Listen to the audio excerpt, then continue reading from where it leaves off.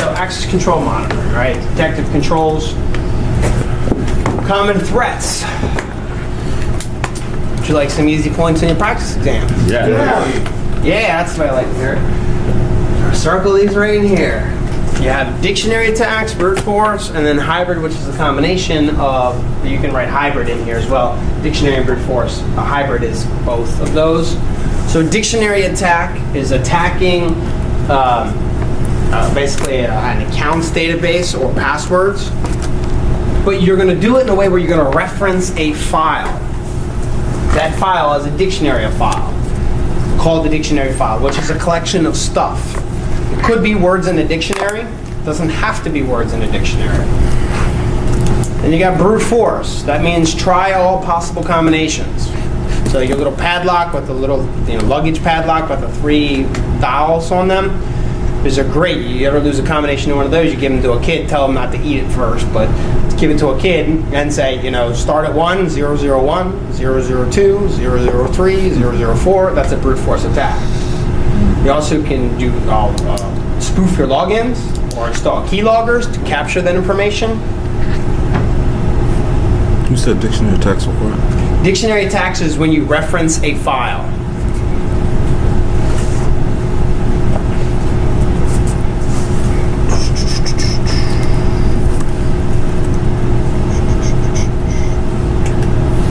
So here's your dictionary attack. It's a program that simulates the user logging on and attempts a continuous log-on attempt. It's predefined words that are used as the password. You're basically trying to find a match. There's also you capture the password file or something in some way. Right? From an information security standpoint, I get the admin to give it to me. Right. From a hacker standpoint, I have to get a hold of it covertly. Basically, this is matching. Or social engineering. Or just call up the user and say, hey, I'm doing some administrative maintenance. Tell me your password. I'm from the help desk. It's always easier to attack the people. So your countermeasures for dictionary attack provide adequate protection of password files. So don't let the hacker just be able to log into the system or access the system remotely and capture that file. Use a combination of uppercase, lowercase, special characters, or in summary, make your password complexity requirements very, very difficult.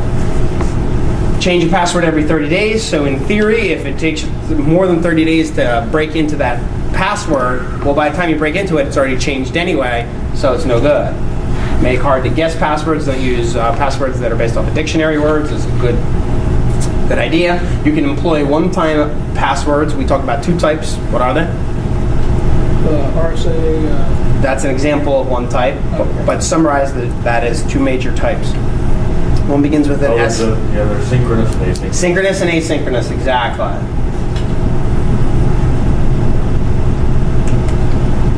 And you got brute force. This is all possible combinations. Circle all possible combinations.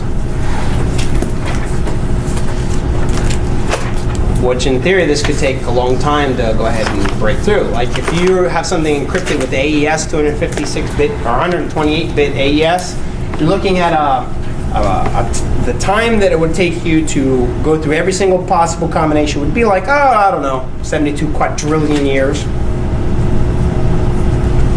So basically what I'm doing is using encryption so high that the lifetime to brute force it is just astronomically long. I don't know about you guys, but I won't be here in 72 quadrillion years. At least I'm pretty sure right now.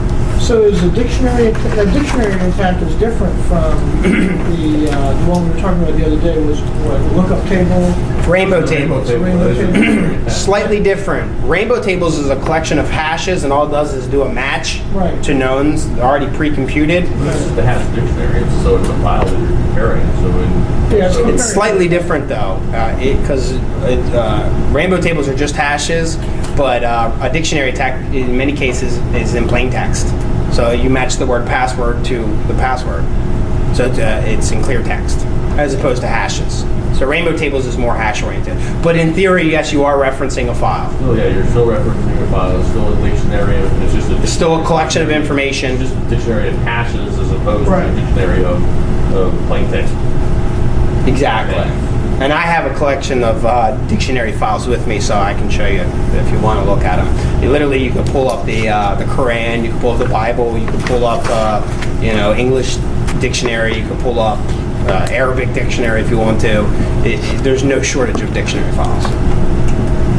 So your countermeasures enable account lockouts. So if you're trying to brute force your logon, you hit that clipping level of 3, and now you got a 30-minute wait. So I'm additionally adding a wait time to it. You also could use network or host-based intrusion detection. You should review audit logs regularly. Set strict access control policies is always a good idea. And actually try to brute force your systems yourself to determine weaknesses. You could spoof at logon, or try to manipulate the password reset utility. Sarah Palin got her email account hacked into recently. Anybody know how they did it? During the password recess, they asked her that cognitive information, the factor opinion-based information, what's your favorite color, what's your dog, what's your this, that, or the other, and there was enough information known about her where people could just fill in the blank and get the password reset. But also systems, they might email the password to the user, and if you can intercept that, that's a good idea. So countermeasure for spoofing logon, you could customize the logon screen. You could add a logon banner that says "Don't do this." You could have a customized failed logon attempt message, or require a specific keystroke to begin the login process, like Control-Alt-Delete for Windows systems. What that does is it invokes a special command that basically talks to the security subsystem of Windows that says, hey, the user's doing this. When people try to do Trojan horses, they can do fake logon screens. So you put in the username and password in a fake logon screen, hit submit, and then that email, that stuff that you just put in, your username and password, it's basically emailed to the attacker, and then you get redirected to the please try again, you typed your password wrong. So the user, in their experience, they would just go, oh, I must have typed it wrong. Meanwhile, your logon information has just been captured and emailed to somebody.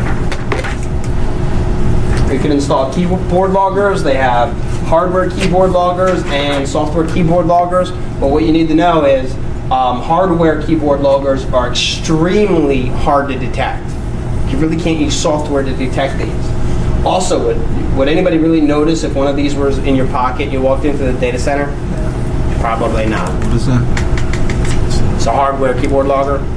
And they have all sorts of advanced software ones too, like literally some of the advanced software keystroke loggers. They'll capture your screen every 5 seconds or 10 seconds, and then you can get a summary of all the screenshots emailed to you, and literally you can watch the screen like a movie. It's every 5 seconds there'll be a screenshot. So you can see if somebody's basically on free cell all day versus if they're actually working from home.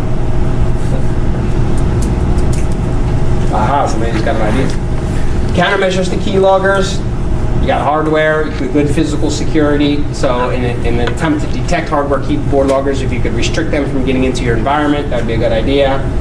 Plus you could do periodic site assessments where you'd actually walk around the data center or wherever and actually look for a hardware keyboard logger installed.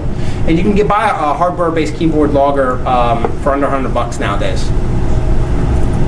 So they're relatively cheap. For software versions, you could use anti-spyware or antivirus to detect them, in theory. Then you could also pen test. Pen test, I call it the prove it moment. Prove that you can break into the system. So you have vulnerability analysis and penetration testing. And I often ask the question of which one's better? Vulnerability analysis or pen testing? Both. You need both. Just because you find vulnerabilities, you still need to prove that those vulnerabilities exist. So you do that through pen testing. And if you prefer pen testing, what are you going to pen test? You got to know the vulnerabilities. Right. So they go hand in hand. And then you have red teams and blue teams. But the big picture here is they want to basically discover vulnerable systems, enumerate information on those systems like account and registry settings and groups and permissions, and then actually map that to vulnerabilities that you can exploit, which is the next step, exploitation. And then ultimately you report all that to management to say, yes, I was able to break into the network. And then you have red teams or tiger teams or blue teams that actually can go do this. Any questions? All right, did we cover all the stuff? Did we cover role-based, mapped? Did I show you all the low-hanging fruit, how to remember the stuff? Pass KB, Kerberos, TACAX, Radius. Good stuff? encrypted stuff. I got a question real quick. Please ask your questions.